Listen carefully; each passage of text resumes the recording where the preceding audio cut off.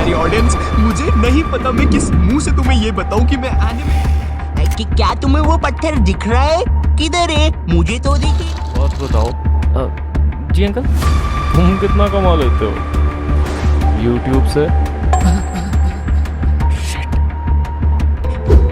Dark side of animation. आपने YouTube पर RJ bucket list को देखा होगा, नोटो टाइप को देखा होगा, इसी तरह के बहुत सारे यूट्यूब चैनल को देखा होगा, जैसे कीर्ति चाओ, एंग्री प्रास, मैंगो बॉय। लेकिन इन सभी एनिमेशन की कुछ डार्क साइड है। लेकिन उसको जानने से पहले हमें जानना होगा इंडियन एनिमेशन के बारे में। मैं उन बच्चों में से आता था जो पढ़ाई छोड़कर सारे कामों में अच्छे होते हैं। तुम इनसे क्रिकेट खिलवा लो, फुटबॉल खिलवा लो, हाँ मैं भी वैसे ही था। इंडिया में अगर आप लोगों ने ध्यान दिया हो तो सभी लोग बच्चों के लिए एनिमेशन प्रोवाइड करा रहे हैं, बड़ों के लिए कोई एनिमेशन नहीं बना रहा। अगर हम यूट्यूब पर देखें तो कुछ ही क्रिएटर हैं जैसे नोटो टाइप, वही कुछ अच्छे एनिमेशंस ला रहे कोई हैं। देख लेगा। अरे बाप रे, ये क्या हो गया? मैं अभी भी नहीं मरा, रुको अभी। ओह वाह, वो देखो फ्री डॉग। ये और उनकी स्टोरी टेलिंग भी बहुत अच्छी है। लेकिन सच में इस समय इस कंटेंट की बहुत ज़्यादा ज़रूरत है। लेकिन अभी क्वेश्चन आता है कि सभी लोग ऐसा कर क्यों रहे हैं, हर कोई बच्चों को टारगेट क्यों कर रहा है। इस समय इंडियन एनिमेशन में एक बहुत बड़ी प्रॉब्लम चल रही है। Number 1, story telling. आपने जितने भी अमेरिकन और जापानीज एनिमेशन देखे हैं, ये सब इतने ज़्यादा फेमस और सक्सेसफुल क्यों हैं? इन सब के फेमस और सक्सेसफुल होने की केवल एक ही वजह है, और वो है इनकी स्टोरी टेलिंग। हाँ, आप लोग सही सोच रहे हो, इनकी एनिमेशन क्वालिटी सच में बहुत अच्छी है। अरे भाई, मैं खुद फैन हूँ इनकी एनिमेशन का। इनकी सफलता का असली राज है स्टोरी टेलिंग। अभी हम क्वालिटी के बारे में भी बात करेंगे। और अगर आप देखोगे तो इंडियन एनिमेशन में इसी चीज़ की तो कमी है। और पता नहीं, मुझे लगता है Indian animation studio international audience को टारगेट करना ही नहीं चाह रहे हैं। क्योंकि अगर आपको इंटरनेशनल ऑडियंस को टारगेट करना है तो आपको एकदम न्यू कॉन्सेप्ट पर काम करना पड़ेगा। हाँ, मैं जानता हूँ ये करना बहुत कठिन है, क्योंकि इसमें बहुत सोचना भी पड़ता है और बहुत ज़्यादा समय भी चला जाता है। यहाँ पर बहुत समय का मतलब कई सालों से है। हाँ, सच में एक अच्छी स्टोरी को बनाने में कई साल भी लग जाते हैं। इसीलिए देखा जाए तो ये प्रोसेस है वेरी हार्ड। इसलिए इंडिया की एनिमेशन कंपनी अपना दिमाग लगाती है और पहले से लिखी स्टोरी, मतलब गॉड से रिलेटेड एनिमेशन को बनाना ज़्यादा पसंद करती है, क्योंकि इसमें सोचना नहीं पड़ता। देखो, मैं इस बात को मानूंगा, हमारे इंडिया में टैलेंट की कोई कमी नहीं है। क्या ऐसा कोई नहीं है जो कि इस न्यू कॉन्सेप्ट को मार्केट में ला सके? हाँ, ये चीज़ हो तो सकती है। इसके लिए हमें अच्छे राइटर्स को हायर करना पड़ेगा और उनसे कंटेंट लिखाना, इसमें सच में बहुत ज़्यादा पैसा खत्म हो जाता है। मतलब सिंपल वर्ड्स में कहा जाए तो एक एनिमेशन वीडियो को बनाना पड़ता है बहुत ज़्यादा महंगा। और कोई भी बिजनेसमैन क्या चाहेगा? ऑब्वियसली एक एनिमेशन को बनाना और उसको बेचना। देखो, अगर कोई बिजनेसमैन कोई चीज़ बनाएगा और अगर उसको उससे प्रॉफिट ना हो तो ये बात तो 100% सच है कि वो बिजनेसमैन उस चीज़ को फिर से दोबारा नहीं बेचेगा, क्योंकि जो नहीं बिकता उसको बेचने से क्या फ़ायदा। इंडिया में एक प्रॉब्लम ये भी है कि इंडिया में ऑडियंस का एक बहुत बड़ा हिस्सा अपना पैसा एनिमेशन को देखने में इन्वेस्ट करना ही नहीं चाहता है, क्योंकि उनको इंडियन एनिमेशन बेकार लगता है। लेकिन ये मेंटेलिटी थोड़ी बदली है, लेकिन उससे प्रॉफिट थोड़ी होने वाला है। अगर प्रॉफिट नहीं होगा तो कोई भी स्टूडियो उस चीज़ को बनाएगा क्यों? वैसे तो इसमें पैसा बहुत ख़त्म होता है, लेकिन अगर हम मान लें कोई स्टूडियो लोन लेकर हाई क्वालिटी एनिमेशन बनाने के लिए तैयार हो जाता है तो शायद उसका इनिशियल अमाउंट ही रिकवर ना हो पाए। प्रॉफिट तो बहुत दूर की बात है। और एक बहुत सिंपल और सीधा सा रूल है, जब एक बंदा पैसा कमा नहीं पाएगा तो अगली बार बनाने के लिए पैसा कहाँ से लाएगा? इसीलिए इंडियन एनिमेशन स्टूडियो बड़े लोगों को टारगेट करने की बजाय बच्चों को टारगेट करते हैं, और बच्चों को टारगेट करने से उनको फ़ायदा ही होता है। बच्चे बेचारे छोटे होते हैं, उनका माइंड डेवलप नहीं हुआ होता है, तो ये लोग कुछ भी बनाकर उनको दिखा देते हैं, जिससे इनकी कॉस्ट कम हो जाती है। और ये लोग गॉड या फिर कोई हिस्टोरिकल चीज़ उठाकर उस पर एनिमेशन बनाते हैं, जिससे इनका टाइम और कॉस्ट बचता है। और साथ में लोग बच्चों के बीच फेमस हो जाते हैं, जिससे बच्चों को उस कार्टून के खिलौने, टिफिन बॉक्स, वाटर बॉटल ये सब कुछ बेचते हैं। इसका एक मस्त एग्जाम्पल दूं, हमारा प्यारा छोटा भीम, उसके खिलौने, टिफिन बॉक्स, वाटर बॉटल ये सब कुछ देखा होगा आपने। इस टाइप के बिजनेस मॉडल में एक फ़ायदा तो होता है, इसमें टाइम और कॉस्ट बच जाता है और प्रॉफिट ज़्यादा होता है। हाँ, अगर हम इसको बिजनेस के नज़रिए से देखें तो ये एक बहुत अच्छा डिसीजन है, लेकिन इंडियन एनिमेशन इंडस्ट्री के लिए ये बेकार बात होगी। Quality animation. इंडिया में हम लोग वर्ल्ड क्लास एनिमेशन क्यों नहीं बना पाते? आखिर ऐसा कौन सा रीजन है जिसकी वजह से इंडिया में एनिमेशन इंप्रूव नहीं हो पा रहा है? अब क्वेश्चन ये आता है कि हमारे यहाँ के लोगों को एनिमेशन को बनाना नहीं आता, तो इसका एक सिंपल सा आंसर है, यहाँ के लोगों को एनिमेशन बनाना तो आता है, लेकिन यहाँ के लोग एक एंगेजिंग, एंटरटेनिंग, यूनिक कंटेंट को बनाने में बहुत ज़्यादा पीछे हैं। अगर आपने अपनी लाइफ में कभी ड्राइंग करी है तो आपको ये बात पता होगी, एक परफेक्ट ड्राइंग को बनाने के लिए सही क्वालिटी का पेपर, शार्प और पॉइंटेड पेंसिल, इरेजर, पेन, कई तरह की स्किल और बहुत सारे टाइम की नीड होती है। इसमें से अगर हम किसी चीज़ को अच्छे से ना करें तो शायद ड्राइंग तो बन जाए, लेकिन कहीं ना कहीं ड्राइंग में यूनिक आर्ट वाली फील नहीं आएगी। और ठीक इसी तरह से आपको बनाना है एक क्वालिटी एंगेजिंग एनिमेशन, तो आपको चाहिए होगी unique story, direction, screen play, art and visual, music, serious mentality, right direction, right selection of audience, budget, team work, balance और बहुत सारा टाइम लगाने के बाद आप एक बहुत अच्छी और क्वालिटी एनिमेशन को बना सकते हो। यह 2 एनिमेशन मूवी हैं, एक नेक्स्ट जेन और दूसरी है ओवर द मून। इन दोनों में इतनी डिटेलिंग करी गई है, आपको इन दोनों मूवी पर विश्वास नहीं होगा। ये दोनों मूवी की एनिमेशन इतनी ज़्यादा तगड़ी है, लेकिन इसके बावजूद भी आपने इन दोनों मूवी के बारे में सुना नहीं होगा। देखो, इन दोनों मूवी की एनिमेशन क्वालिटी बहुत अच्छी है और इनका प्रमोशन भी बहुत ज़्यादा करा गया था, लेकिन इसके बावजूद भी ये दोनों मूवी इतनी ज़्यादा पॉपुलर नहीं हो पाई और इसकी केवल एक वजह थी, जो था हमारा फर्स्ट पॉइंट, स्टोरी टेलिंग। जब आप इनको देखोगे तो आपको इनकी स्टोरी अच्छी लगेगी और You're coming with me, young lady.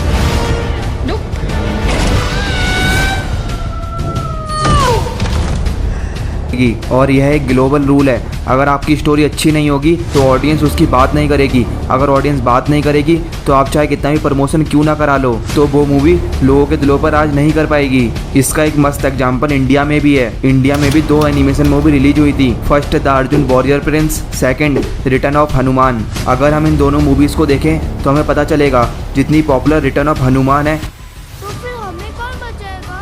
Hanuman ji है। कि 25% popularity Arjun the warrior Prince को नहीं मिली। क्या पृथ्वी पर माताओं ने अब ऐसा नहीं है कि अर्जुन द वॉरियर प्रिंस की एनिमेशन बेकार है और रिटर्न ऑफ हनुमान की अच्छी है। इनकी भी पॉपुलैरिटी के 2 फैक्टर्स हैं, पहला स्टोरी टेलिंग और सेकंड अप्रोचिंग द ऑडियंस।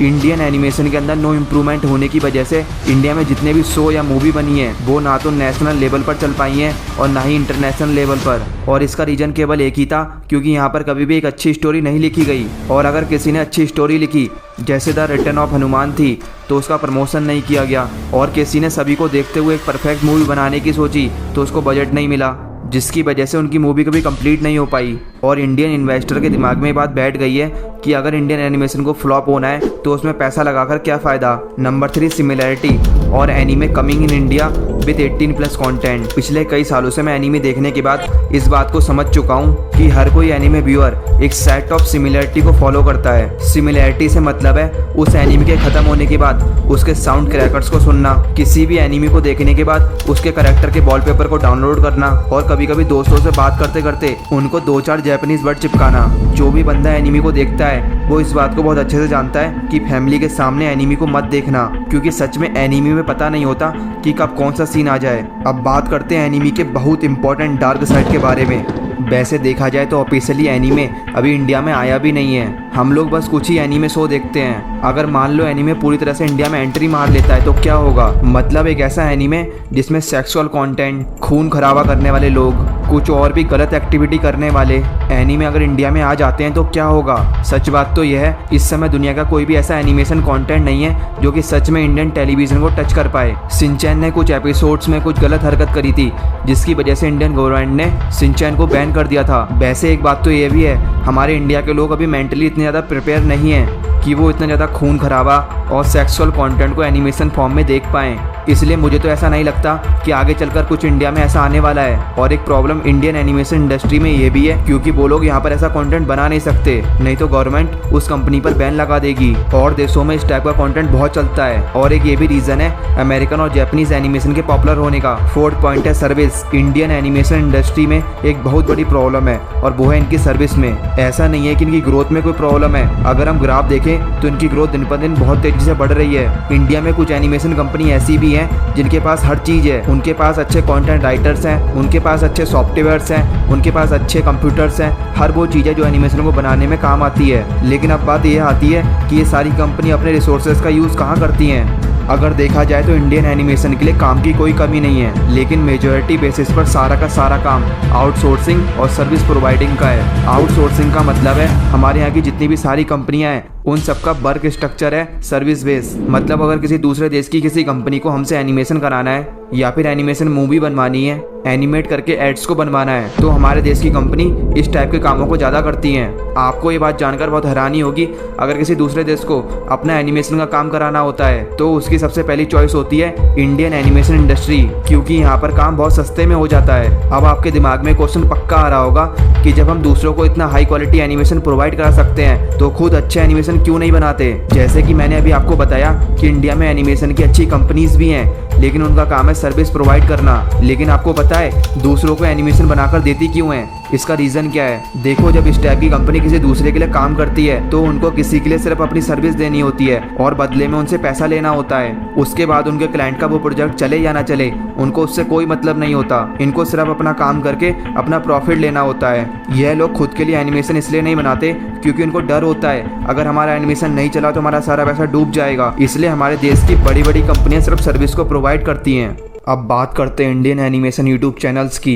अगर हम 2020 में जो आज पॉपुलर चैनल है उनके सब्सक्राइबर को देखें तो सच में आपको बिलीव नहीं होगा। 1-1.5 साल में यूट्यूब पर एनिमेशन को इतना ज़्यादा सपोर्ट मिला है जिसको किसी ने एक्सपेक्ट नहीं किया था। 2020 में आरजे बकेट लिस्ट के थे 87 के सब्सक्राइबर, कीर्ति चाव के थे 485 के सब्सक्राइबर, मैंगो बॉय के थे 37 के सब्सक्राइबर, एनिमेट भाई के थे 37 के सब्सक्राइबर, पप टॉक्स के थे 25 के सब्सक्राइबर, करण एनिमेशंस के थे 21 के सब्सक्राइबर। लेकिन अब 2022 में इनके सब्सक्राइबर ने तबाही मचा दी है। अब एनिमेशन भाई के 1 लाख सब्सक्राइबर हैं, मैंगो बॉय के 2.6 लाख सब्सक्राइबर हैं और कीर्ति चाव के 1 मिलियन सब्सक्राइबर होने वाले हैं। और इन सभी में सबसे ज़्यादा ग्रोथ मिली है आरजे बकेट लिस्ट को। इनके सब्सक्राइबर 24.4 लाख और इनके ठीक पीछे है नोटो टाइप 18.3 लाख सब्सक्राइबर के साथ। जितनी स्पीड से ग्रोथ नोटो टाइप की हो रही है वो बहुत खतरनाक है। हो सकता है कुछ ही महीनों में Noto type YouTube animation industry का राजा बन जाए। यह बात मैं मजाक में नहीं कह रहा हूँ, आप खुद देख सकते हो जाकर। वैसे तो नोटो टाइप की जो एनिमेशन है वो ग्रेविटी फॉल से इंस्पायर है, लेकिन लोग इसको बोलते हैं कॉपी करना। यार, इस दुनिया में हर कोई एक दूसरे से इंस्पायर होता है, उसके बाद ही वो आगे बढ़ता है। भाइयों, माना नोटो टाइप ग्रेविटी फॉल्स को कॉपी करता है, लेकिन वो एनिमेशन तो खुद ही बनाता है ना, और वो अपने जोक्स भी खुद ही लिखता है। और इन सभी को करने में सच में बहुत ज़्यादा मेहनत लगती है। इसीलिए किसी को भी ऐसा मत बोला करो, अपनी मेंटलिटी को बदलो। इंडियन यूट्यूब एनिमेशन की स्टार्टिंग होती है 4 फरवरी 2018 में। एक चैनल बनता है कीर्ति चाव जिसने पूरी यूट्यूब एनिमेशन इंडस्ट्री को डोमिनेट कर दिया। उससे पहले एंग्री परास भी अच्छे जोक्स के साथ एनिमेशन प्रोवाइड कर रहा था। आपकी तारीफ और मुझे नहीं पहचाने, मैं कैप्टन अमेरिका।